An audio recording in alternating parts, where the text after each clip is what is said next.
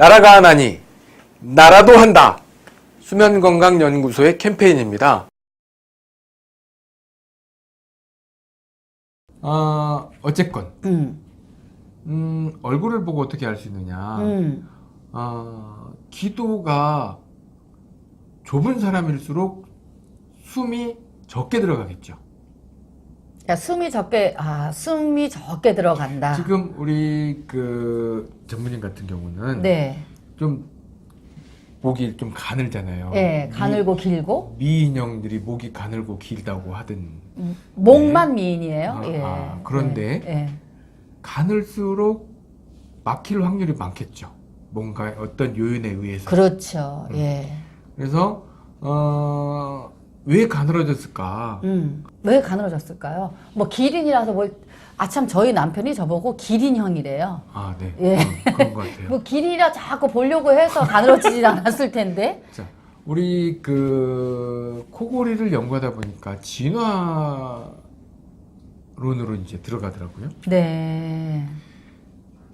우리 진화 학계에서는 뭐 침팬지가 인간의 조상이라고 하잖아요. 그렇죠. 그러면서 그때 그 원시인 네안데르탈린 크로마뇽인 뭐에 했던 그 시절의 얼굴형과 현대 인류의 얼굴형은 어떤 차이가 있을까를 보는 거죠. 보통 옛날 그 원시인들 보면 다 특징적으로 입이 이렇게 튀어나와 있죠. 그렇죠. 예. 그 당시에 언어를 썼을까요? 안 썼을까요? 그래서 언어는 없었지만 무언가 이렇게 소통하는 소리는 있겠죠. 소리는 예, 내죠. 예. 침팬지도 소리가 나고. 그렇죠. 예. 어떤 동물 지렁이 빼고는 소리가 다 나는 것 같아요. 폐기관 있는 예. 발성을 하는 그 동물들은 네. 다 소리를 내죠. 네, 네, 네. 그런데 이 소리, 우리 동물들은 소리를 내지만 언어를 사용하는 거는 드물어요. 그래서 인간처럼 엄청나게 정교한 언어를 사용하는 동물은 없어요. 그렇죠. 우리 인간이 이 지구를 지배하게 된 거는 직립보행을 한 거죠.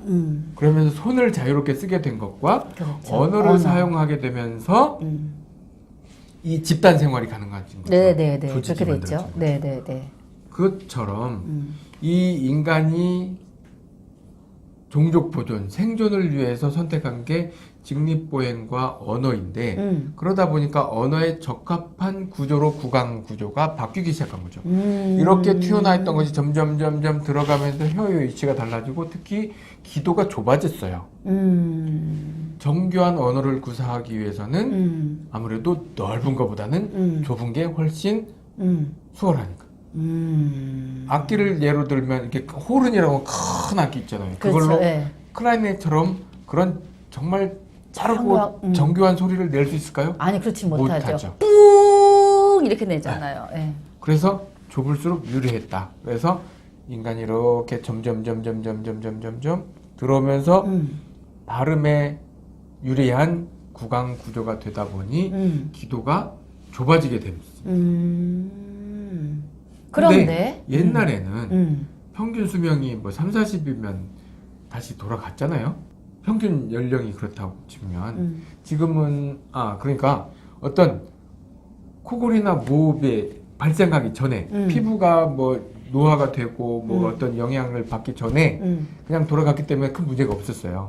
근데 지금은 뭐 100세 시대를 논하고 있잖아요. 그렇죠. 이제 코골이가 무호흡이 이게 발생하는 시기가 보통 40대 넘어서 50대를 지나면서 이게 발생하더라는 거죠.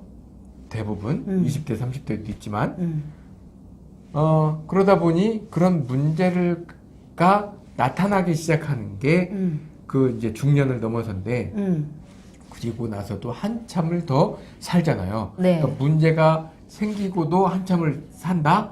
그렇다는 거는 문제가 점점 누적이 되어서 별 희한한 더 큰 문제로 발전을 하더라는 거죠. 네, 네.